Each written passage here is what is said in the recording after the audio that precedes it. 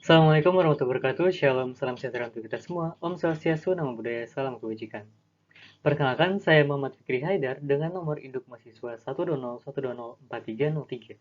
Saya dari kelas T4401, jurusan Teknik Industri, Fakultas Rekayasa Industri, Telkom University.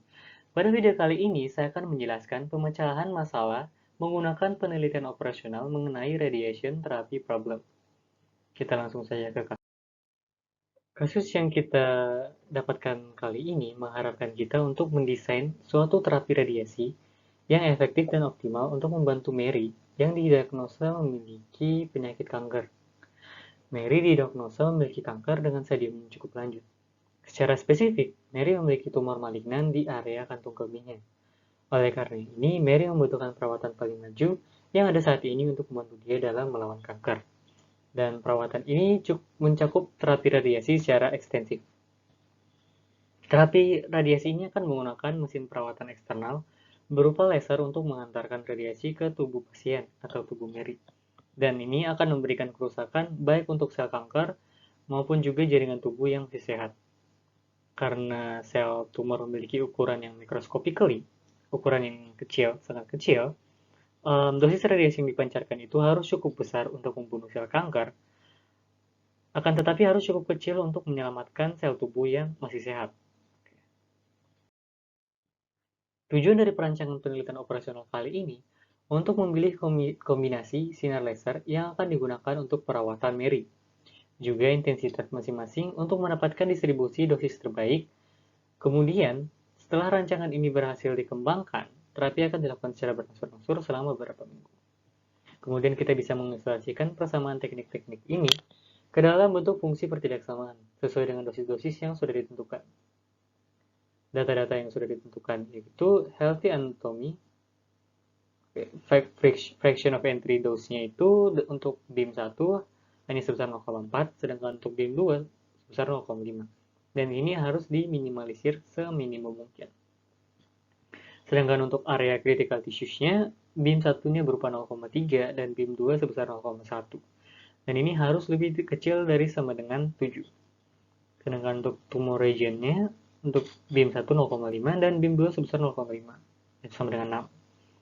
Sedangkan untuk center of tumor, BIM 1-nya 0,6, BIM 2-nya 0,4, dan itu harus lebih dari sama dengan 6.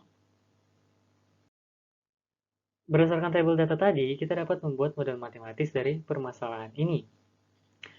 Beberapa faktor tadi, yaitu BIM 1 dan BIM 2, kita dapat membuat dalam model matematis ke dalam bentuk variabel X1 dan X2. Kita menentukan di sini BIM 1 akan dilambangkan dengan variabel X1. Sedangkan BIM 2 akan dilambangkan dengan variabel X2. Keduanya di dalam kilorats. Berdasarkan tabel tadi, kemudian kita membuatnya ke dalam X1 dan X2, dapat kita buat dalam fungsi. Itu untuk meminimalisir Z, Z sama dengan 0,4 X1 ditambah 0,5 X2. Kemudian ada beberapa pembatas yang harus kita pertimbangkan. Yang pertama yaitu 0,3x1 dari 0,3x1 ditambah 0,1x2 kurang dari sama dengan 7. Pembatas 2 yaitu 0,5x1 ditambah 0,5x2 sama dengan 6. Dan 0,6x1 ditambah 0,4x2 lebih dari sama dengan 6. Dan x1 dan x2 ini harus bernilai positif. Oleh karena itu, x1 dan x2 harus lebih dari sama dengan 0. Oke, selanjutnya kita membuat model matematis tadi ke dalam bentuk standar dari penelitian operasional. Yang pertama, kita menambahkan slack variable pada sisi kiri pembatas yang memiliki persamaan kurang dari sama dengan maupun lebih dari sama dengan. Oke, pada pembatas 1, karena tadi tandanya berupa kurang dari sama dengan, kita menambahkan slack variable pada sisi kiri bernilai positif.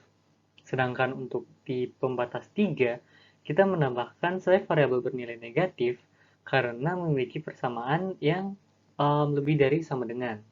Sedangkan pada pembatas 2, yaitu 0,5x1 ditambah 0,5x2 sama dengan 6, kita tidak perlu menambahkan slack variabel pada sisi tersebut. Karena persamaan tersebut tidak merupakan suatu pertidaksamaan. Selanjutnya, Melihat kembali ke bentuk matematisnya, pembatas 2 dan 3 tidak memiliki variabel basis. Jika kita kembali ke slide sebelumnya, pembatas 2 memiliki fungsi persamaan yang dimana menyebabkan fungsi tersebut tidak memiliki variabel basis. Sedangkan untuk pembatas 3, fungsi pertidaksamaan berupa lebih dari sama dengan, yang dimana berarti menambahkan select variable bernilai negatif di sisi kiri. Sehingga koefisien dari X4 ini adalah minus 1, yang berarti bukan merupakan variabel basis. Jika kita melihat lagi, variabel basis yang kita dapatkan hanyalah X3, yang mana ini tidak cukup untuk membantu kita dalam menyelesaikan masalah ini. Oleh karena itu, kita menggunakan metode Big M dengan menambahkan variabel semu pada pembatas 2 dan 3. Nah, bisa kita lihat di sini, kita menambahkan X5 dan X6 yang merupakan variabel semu pada pembatas 2 dan pembatas 3. Sedangkan untuk fungsi Z-nya, kita juga menambahkan X5 dan X6 karena pembatasnya telah ditambahkan variabel semu berupa X5 dan X6. Oleh karena itu, pada fungsi Z-nya juga kita harus menambahkannya.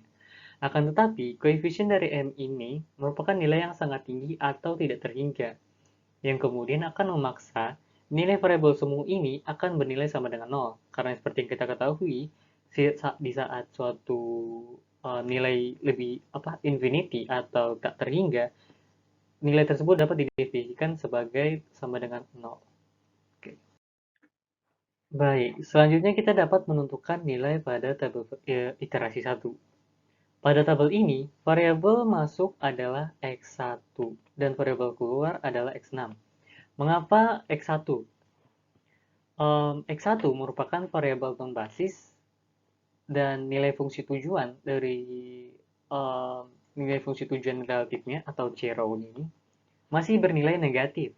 Oleh karena itu, kita harus memasukkan nilai X1 dan mencari variabel keluarnya yang bersinggungan dengan X1 ini. X6 ini ditentukan karena rasio dari konstanta dibagi dengan koefisien dari X1 ini, nilai pada X6 merupakan nilai minimum. 6 dibagi 0,6 yaitu 10, sedangkan 6 dibagi 0,5 adalah 12. Dan 7 dibagi 0,3 akan berupa sebesar akan sebesar 23,33. Dan seperti itu dapat ditentukan bahwa variabel masuknya yaitu X1 dan variabel keluarnya adalah X6. Selanjutnya, di tabel iterasi 1 setelah melakukan iterasi 1 tadi, dapat kita lihat iterasi 1 setelah dilakukan, X1 masuk dan X6-nya keluar. Sehingga dapat terlihat tabelnya sudah berupa 0. Akan tetapi di tabel iterasi ini masih ada nilai fungsi tujuan relatif yang bernilai negatif. Oleh karena itu, kita harus melakukan sesuatu untuk menanggulangi hal ini. Sehingga dapat kita lihat dari fungsi tujuan relatif yang masih negatif ini terdapat di X4.